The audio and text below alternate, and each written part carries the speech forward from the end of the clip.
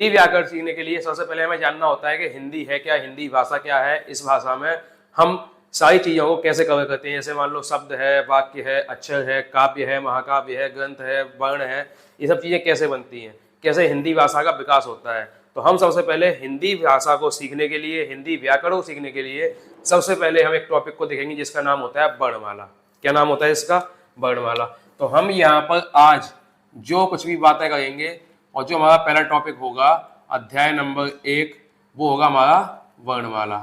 तो हम वर्णमाला के बारे में अधिक से अधिक जानने, पढ़ने और सीखने की कोशिश करेंगे।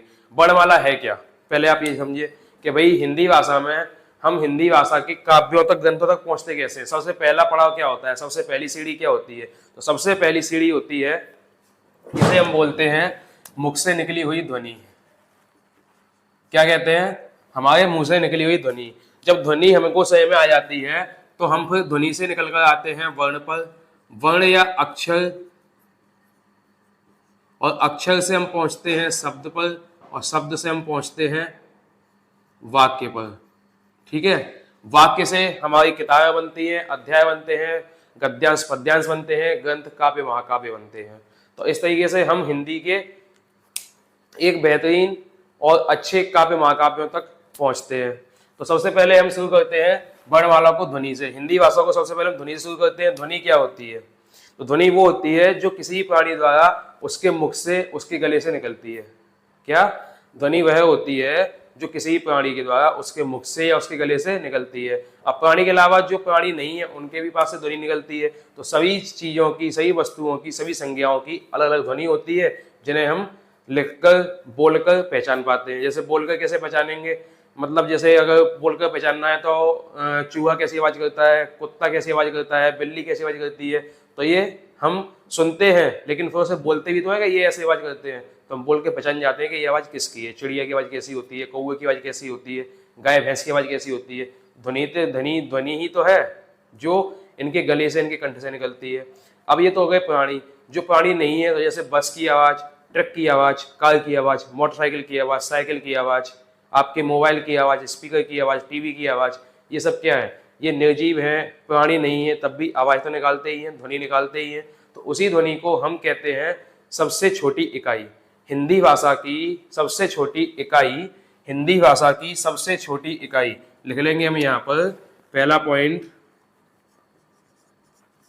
क्या? हिंदी भाषा की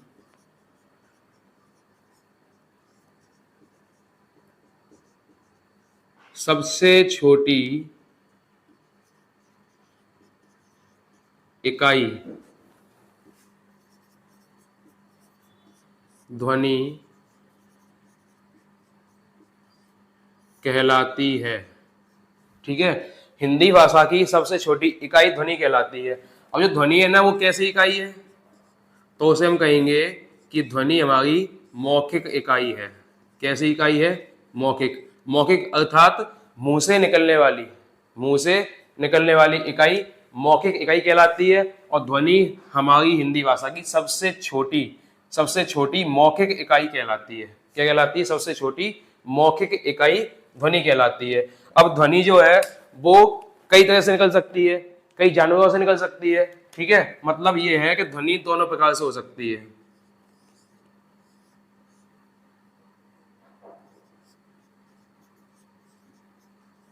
ध्वनि प्राणीवाचक भी हो सकती है और ध्वनि अप्राणीवाचक भी हो सकती है।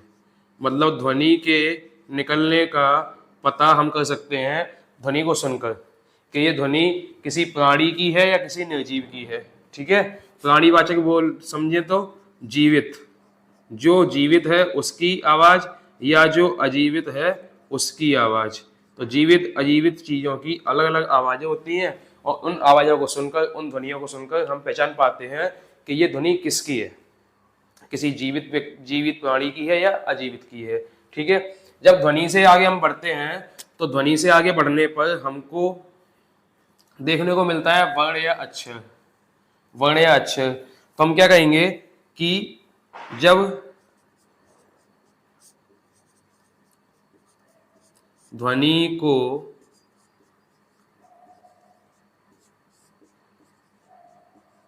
लिखा जाता है।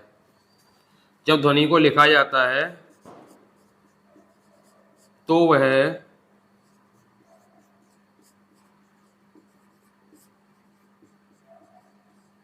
वर्ण कहलाती है। जो ध्वनि को लिखा जाता है तो वह वर्ण कहलाती है। और यही वर्ण की अगर बात की जाए तो हिंदी भाषा की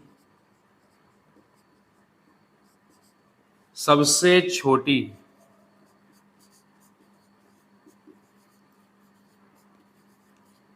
इकाई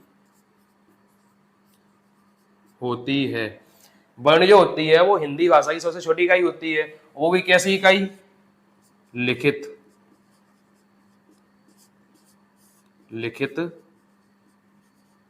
इकाई। हिंदी भाषा की सबसे छोटी लिखित इकाई होती है आपकी वर्ण, और मौखिक इकाई होती है आपकी ध्वनि। ठीक है, जब भी पूछा जाए कि हिंदी भाषा की सबसे छोटी इकाई कौन सी है तो अब आपको ऑप्शन मिलेंगे। अब अगर सीधा सीधा ये लिखते हैं कि सबसे छोटी इकाई, सबसे छोटी इकाई पूछते हैं, ठीक है, और आपको ऑप्शन में दोनों मिलने वाले हैं। क्या करने वाले हैं? दोनों आपको ऑप्शन में मिलने वाले हैं कि भाई वहां पर आपके पास एक ऑप्शन है वर्ण का और एक ऑप्शन है ध्वनि का।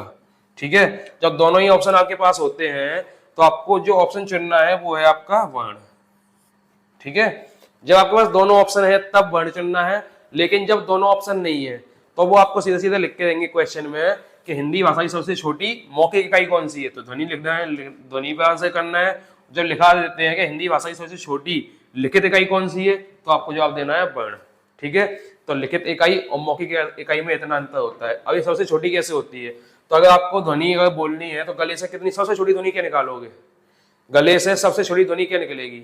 अगर आपको ध्वनि सबसे छोटी का ही पता करनी है, सबसे छोटी का ध्वनि तो ठीक है कह दिया, लेकिन इसे प्रूफ कैसे करें, कैसे पता करें कि यही सबसे छोटी है बोलने में? तो भाई आप ध्वनि में सबसे छोटा क्या बोलोगे, कौन सी आवाज होगी सबसे छोटी होगी? तो आप बोलते हैं गले से आप आ, सबसे छोटी इकाई। ठीक है, सबसे छोटी इकाई आ। अब आते हैं लिखित में कैसे होगी? तो फिर लिखित में कहलाती है आपके पास आ। ये बोलने में है तो आपको दिखाई नहीं देगी, ये वाली बोलने में तो दिखाई नहीं देगी, लेकिन ये लिखने में तो ये दिखाई देगी। अब लिखने में सबसे छोटा होता है आ और बोलने में सबसे छोटा होता है आ, दोनों ही सेम है। अब दोनों जब समान है तो फिर लिखने में और बोलने में अंतर क्या आएगा? तो भाई लिखने बोलने में अंतर कोई नहीं आता। जो आप बोलते हो, जो आपकी ध्वनि निकलती है मुंह से, वही ध्वनि लिखी जाती है। जो आपके मुख से ध्वनि निकलती है वही तो लिखा जाएगा। अब आप बोल रहे हो कबूतर, तो कोई उसको खरगोश तो नहीं लिखेगा ना।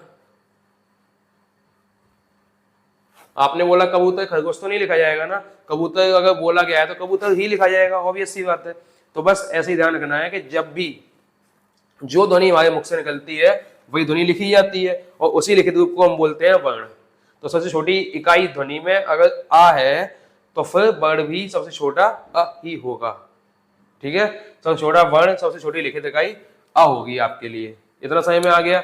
अब क्या होता है कि भाई ध्वनि निकल आई, ध्वनि समझ गए हम, ध्वनि के बाद हम इसको समझ गए वर्ण को, कि वर्ण कैसे बनता है, वर्ण कैसे लिखा जाता है, मतलब वर्ण का क्या भेद है, कि वर्ण कैसे तैयार होता है। तो वर्ण का और आपको ध्वनि का पता लग गया। अब अगला क्या होगा? शब्द। शब्द से क्या बनेगा? वाक्य। अब उसमें जाते हैं सीधा हम।